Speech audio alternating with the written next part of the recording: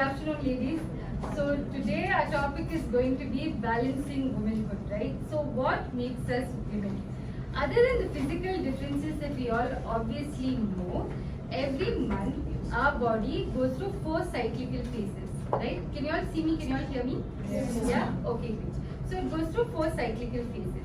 You have different increases and decreases in hormones throughout the month, and there are 4 cycles. What are the 4 cycles?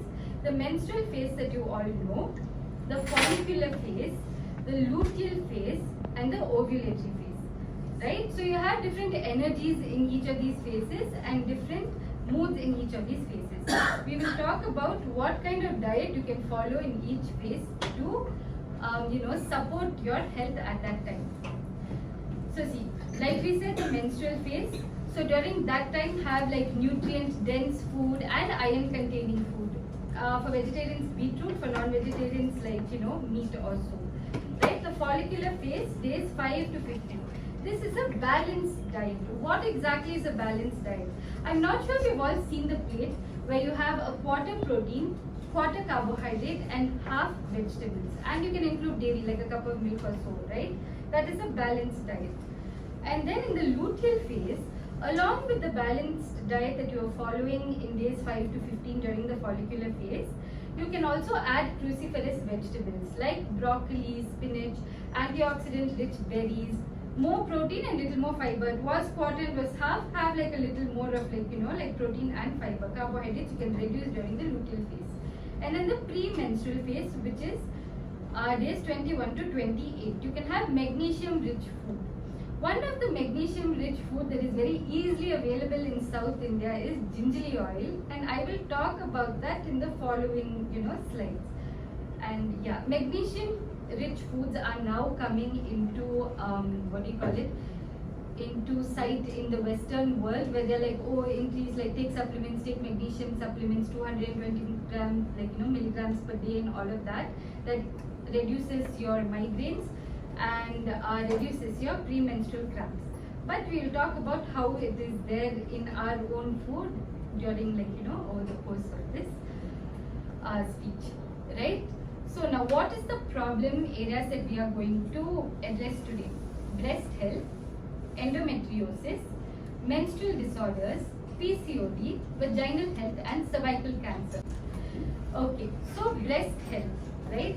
Why is it important to know about the breast, and why is it important to check for all these changes?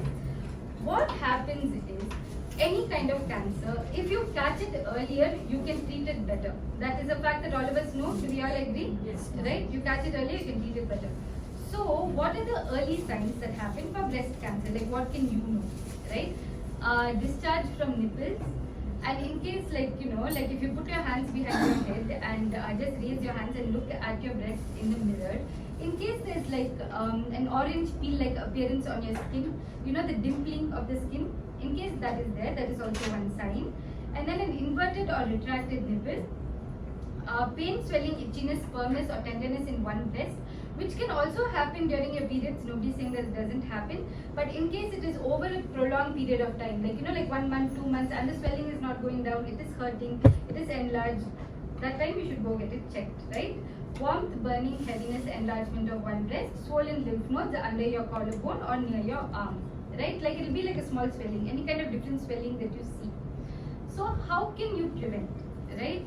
You can't completely prevent it, but you can catch it at an earlier stage. How? By regular breast self-examination, which I just told you about just now, right? Clinical breast exams, where they will check under your arm and all of that. This if you do once a year, that is like, enough. Because what happens is, even though, they all say, okay, like breast cancers are hereditary, what happens is 10 to 15% of breast cancers are hereditary. You can find out in the BRCA1 or 2 gene when you go get it tested. But the other 85% is non-hereditary, it's not genetic, it comes. So it's better that you know the signs so that you can go and get prevention, preventive measures.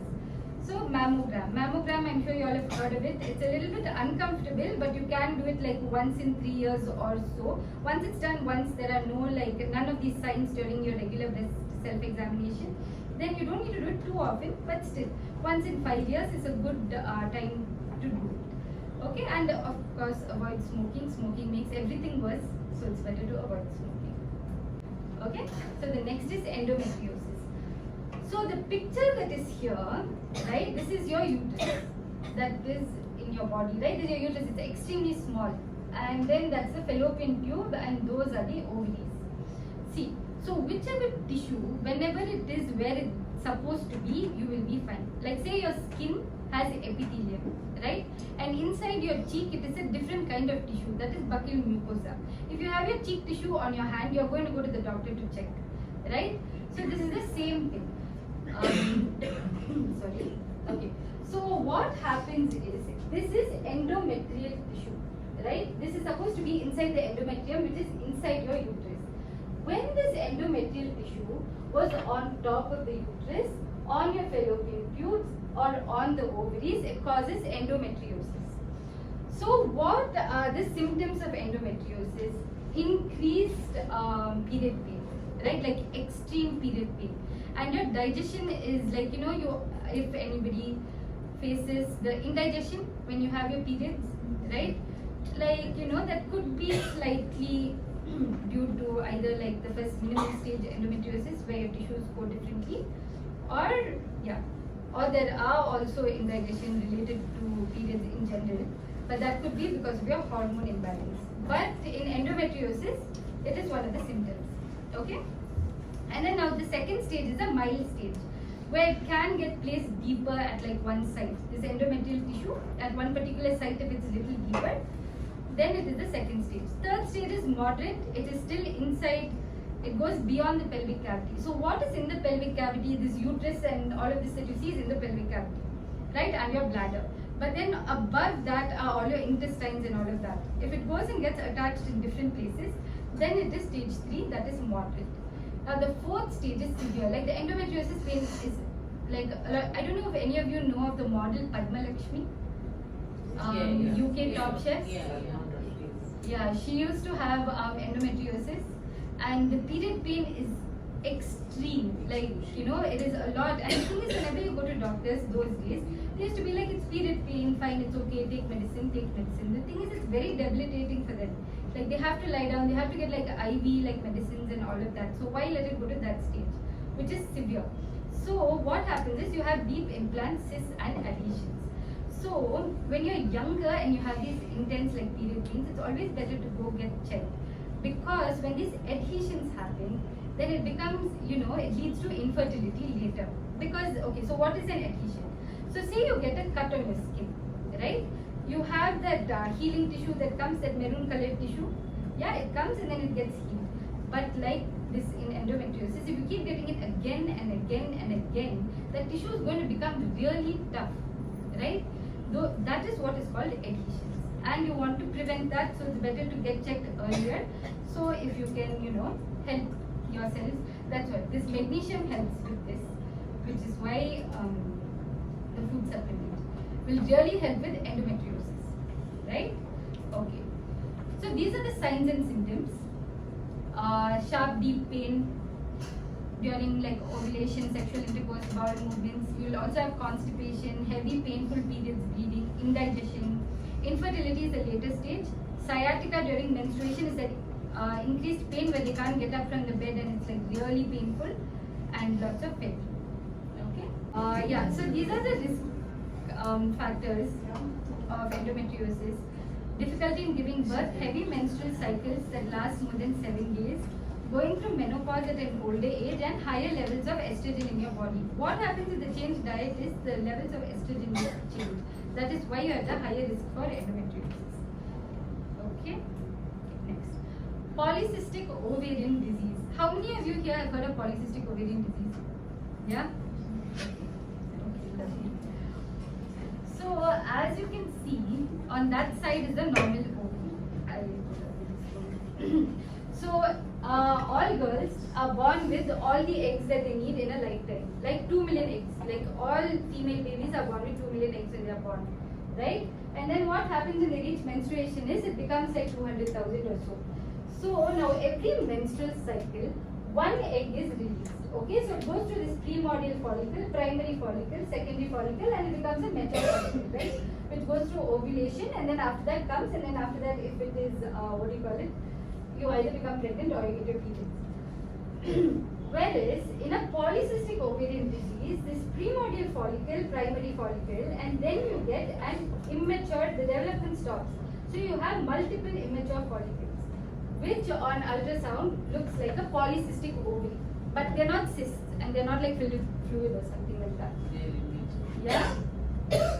So now what happens? What are the signs and symptoms? So the most, in your age, the most common like group that we get are people with like increased acne and hair fall and weight gain. These three things are what they come to us with usually, right? Like the older age is when they come with like, you know, like infertility and male hair loss, male pattern hair loss. So these are the symptoms. Let me just read out everything just so that we don't miss anything, right? Like these are the most common, but there are others as well, and it's important for you to know. Out of which one is missed periods or irregular periods. Because we tend to take that very lightly. They're like, oh, okay, it's coming 3 days late, 7 days late. Okay, I mean, this month it didn't come, it will come next month, and all those things could be PCOD related. Okay, so I'll just read it out for you. Excessive body hair growth, weight changes and trouble losing weight, ovarian cysts, low sex drive, irregular or missed periods, male pattern baldness or thinning hair, testosterone levels are increased, insulin resistance, fatigue, acne, mood changes and trouble conceiving or infertility. Usually they also have like thyroid problems here and there. Usually my patients ask me, what is the difference between PCOD and PCOS, ma'am? Right? So PCOD is the initial stage. Okay, so it's still like little mild, you're missing your periods here and there, it's 3 days late, 7 days late, you're increased, like, you know, your weight has increased a little bit, all those things. You can see the symptoms there. And basically you have a lower number of cysts and you're still ovulating regularly. PCOS is when it's become a syndrome. This is more than 1 to 2 years of this happening.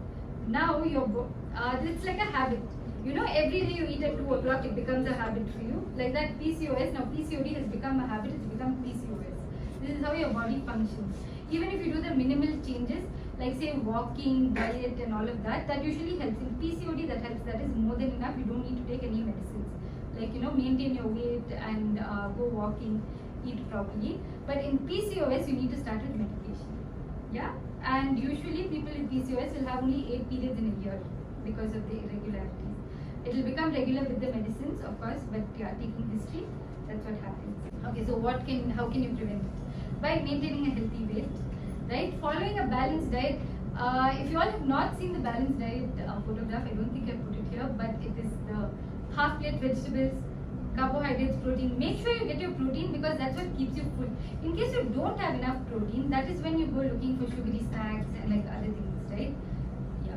Make sure you're having enough protein. In case you're a vegetarian and you're like, no, but I don't have like any other forms of it. Hummus is one, the chickpeas, you can make hummus with it. Or what you can do is they have the protein mixes because our body does require a higher amount of protein as to what we've been told earlier. We've been told that we need more carbs only, but that is only good for immediate energy. You do need protein for prolonged, like for 3-4 hours, you do need it. Yeah? So follow balanced diet. Regular physical exercise, as I said, walking. By the time everybody goes from here, you'll be like, yes, walking, like half an hour. Okay, and managing your stress. See, right now I'm not sure if anybody has high stress levels. But in the future, if you all do have stress levels, it's better to have good habits starting from now. What do I mean by good habits? You can start by like, you know, learning meditation, just 5-minute meditation. Just notice one breath in and one breath out. That's not 5 minutes, but still start with one breath and then take it forward because that really makes such a big difference in your life.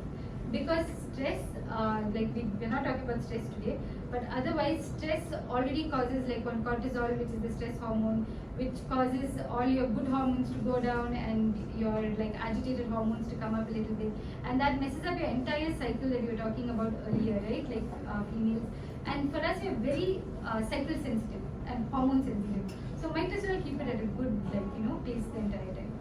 So meditation and yoga, if possible, yoga possible, but walking please, right?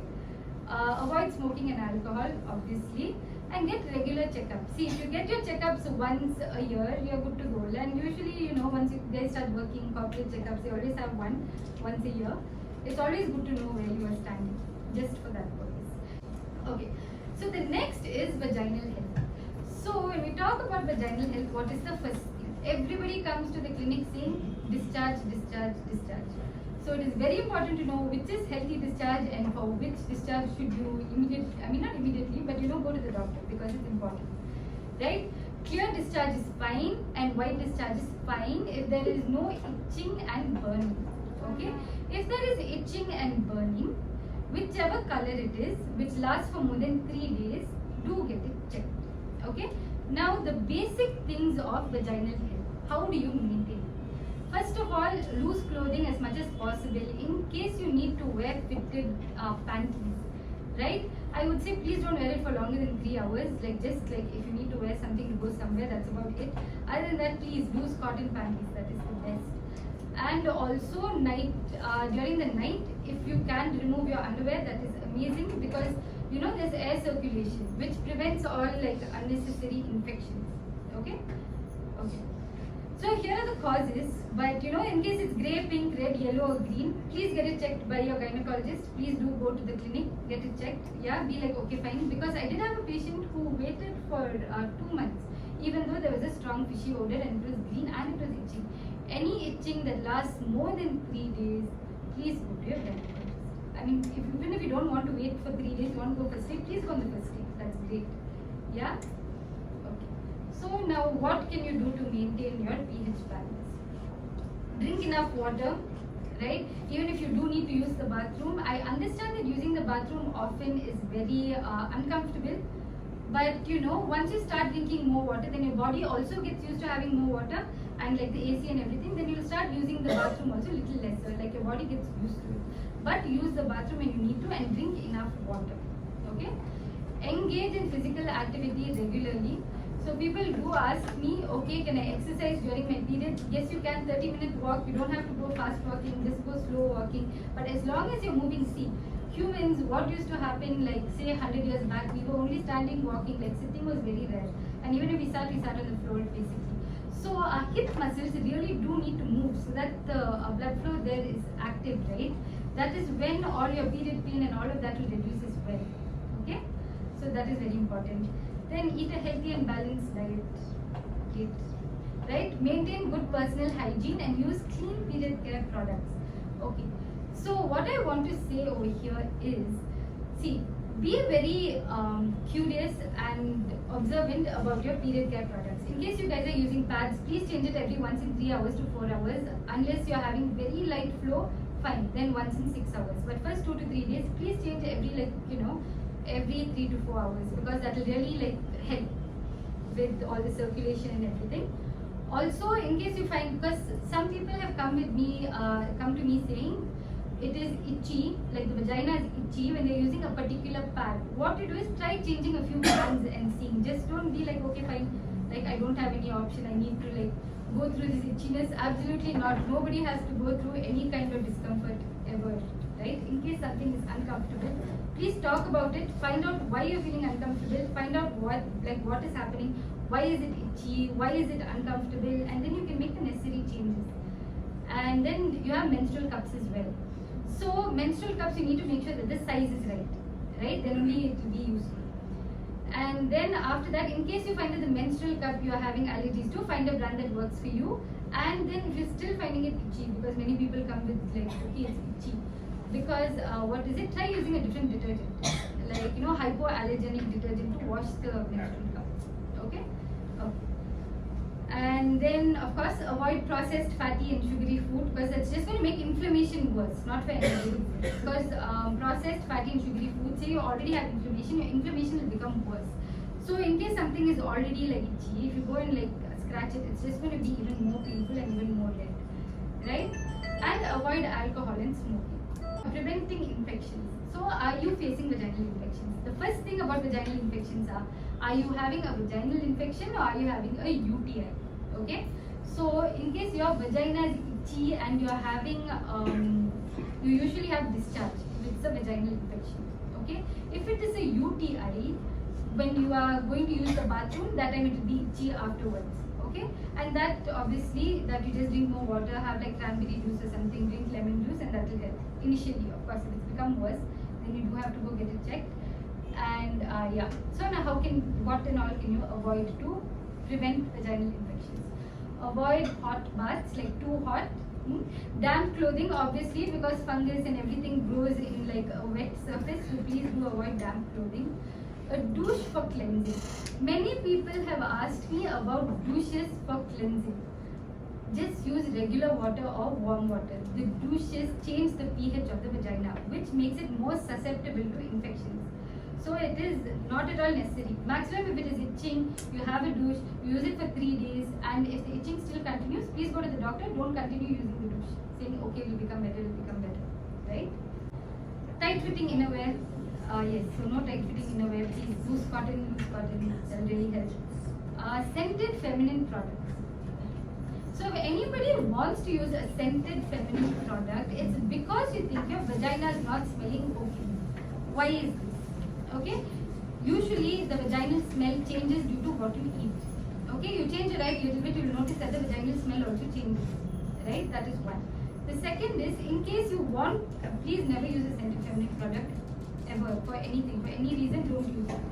Right, but in case you feel like, okay, the smell is so unbearable and you want to use it, go and get it checked. Check if it's an infection, check if it's something else causing the smell, right? Also, if you avoid tight underclothes and if you don't wear like panties at night, probably this will change. If you are finding this to be a problem, then that might change with these two changes, right? But yeah, no scented feminine products. Unchecked antibiotic usage, obviously, everybody knows, okay, you have these antibiotics for all these things. But please go to the doctor, check if that's what you should take, for how many days, how many times a day, because otherwise you get resistant bacteria, which is very difficult to treat later. Yeah? So, cervical cancer. How many of you have heard of the HPV vaccine? Yeah? Okay, lovely. How many of you have taken the HPV vaccine? Yeah? Okay, lovely. Okay, so the HPV vaccine is a vaccine that can prevent cancer. Which cancer? Cervical cancer, obviously. So now I'll tell you a story, right? So around 20 years back in Thailand, what they found was there are many sex workers there, right? So they found that a lot of women, like coming to the age of 30 and 40, they were getting like advanced cases of cervical cancer. Like when you were coming in many, I mean, and you know how cancer is, right? It gets really bad towards the end, and then after so many other time. So they were like, okay, why? They were like, okay, at that point of time, one of the causes was HPV. They didn't know there's anything else. They were like, okay, one of the causes is HPV. Let us vaccinate everybody, like all girls to women. Let us vaccinate all of them. So the HPV vaccine, you have 3 doses. Okay, so they like vaccinated everybody, and within 5 years, the cervical cancer rate dropped by 95%. So that is when, so Thailand started it. And that is when like US and all of that were like, okay, fine, we'll implement it as well. They implemented it 5 years later. 10 years ago, India brought it to India, right? Like you had, at that point of time, we had Gardasil 5 and another one. Right now we have Gardasil 9, which, see, HPV 11, 13, 17, 21 and 22 are the most high risk HPV strains that cause cervical cancer. The rest of it just cause like warts and all of that. Gardasil 9 can protect you against most of it. The thing is, it's a little bit expensive per dose. It is around 8 to 10,000 per dose, and everyone has to take 3 doses, right? And because like in Thailand it was done by the government, and in the US they're doing it by the government as well. Over here they did try in Delhi around 10 years back. They were like, okay, we should give it in schools and all of that. But they were like, okay, importing it to India is like costing a little bit. So they're like, no, it has to be like paid on basis only. But it prevents cervical cancer. Okay, that is the main story. You have a vaccine that prevents cervical cancer. If you can take it, amazing. And actually, like what I do tell, like, you know, in case the co-education thing as well, for women and men to take it, because it is sexually transmitted. So if the women don't, like, you know, have the vaccine, and the men also don't get it, because for them it doesn't come out as anything. Maximally they'll just have warts, that's about it, genital warts. They don't have anything related to cancer, so for them it's not very bad. But if they take it, they like prevent transmission as well. So that will like reduce cervical cancer rates, which is amazing if you can actually reduce cancer, right? Okay, so the symptoms of cervical cancer, of course, these are just, you know, vaginal bleeding after intercourse, between periods, or after menopause. Basically when you're bleeding when you're not supposed to. Heavy and long lasting menstrual bleeding, watery, bloody vaginal discharge that may be heavy and have a foul odor. Basically, things that are a little bit abnormal with your periods, it's always better to get it checked with the gynecologist. Okay, pelvic pain or pain during intercourse. Pain during intercourse is not normal. Okay, many people though they do come for therapy, therapy, because they have something called vaginismus, which is penetration is not possible because it's very painful for the girl. In case you have such a problem, you can go talk to a gynecologist, they can help you. It is a problem that can be addressed. Just putting it out there. Yeah. So now the risk factors for cervical cancer is increased number of sexual partners, sexually transmitted infections if you get any, a weak immune system, and smoking tobacco. The prevention is HPV vaccine and a routine pap smear. How many of you have heard of pap smear? Yeah, okay. So you all know, you put the speculum and then after that you take cells from inside the cervix and outside the cervix. Like I told you, so, skin on the skin is your epithelium, inside the cheek is your mucosa. In case they are changed, it's something. That is what you can see during the pap smear. You will take cells, they'll put it on a slide and then they'll check. In case the slide changes, then they'll ask you to come and check after 3 months again. Because prevention is better than cure, right? So of course, practicing safe sex and quit smoking. So the next thing that I was going to talk about was basically gingerly oil. Gingerly oil is amazing. So the gingerly oil that I would ask you all to get is either idiom or because it was so amazing and it's helped so many patients, I started my own gingerly oil as well. But it really helps. Even if you are not getting my bottle, please start it. Get the idiom one because that's also processed in the same way. That's the way mine is processed, right? Because it's taken out of the jaggery and all of that. The others are just sesame oil, which is roasted sesame seeds, which doesn't give you the same benefit. Okay, so these two are good. Idiom gingerly oil, the yellow packet, or my gingerly oil, which is also there, right? Because it really helps, even with PCOD. So how does it help, right? See, so I suggest to take it on an empty stomach, 1 teaspoon, 10 ml, right? 10 ml is 1 tablespoon, 5 ml to 10 ml, 1 teaspoon to 1 tablespoon. Okay? So what happens when you take it early in the morning is, before you eat anything else, you're breaking your fast when you're eating because your stomach has been empty for a really long time. So you're giving it first. It is made of fat. Okay? So now your digestive system goes into full power to digest this just little bit of fat that you're taking. So all the essential nutrients that are in the oil go inside as well. What are the essential nutrients that are there? Magnesium, copper, calcium, selenium, and zinc. The reason why I'm telling you all of this is in Instagram, they'll be like, okay, you have to take zinc this much, you have to take magnesium this much. What I'm saying, and copper helps, the bioavailability of all these other micronutrients. Okay? And so I just had so many positive cases of migraines have completely gone. People have complained for 35 years, right? It's completely gone. It's amazing. You do have it. I would suggest not having it with food because what happens is the bioavailability goes down because your stomach and digestive system is digesting so many other things. So it doesn't have time to just take the nutrients from here. Yeah? So that is one. The next is the PCOD support drive. So we have a PCOD support group because so many women who have infertility and who have PCOD, they really need someone to talk to.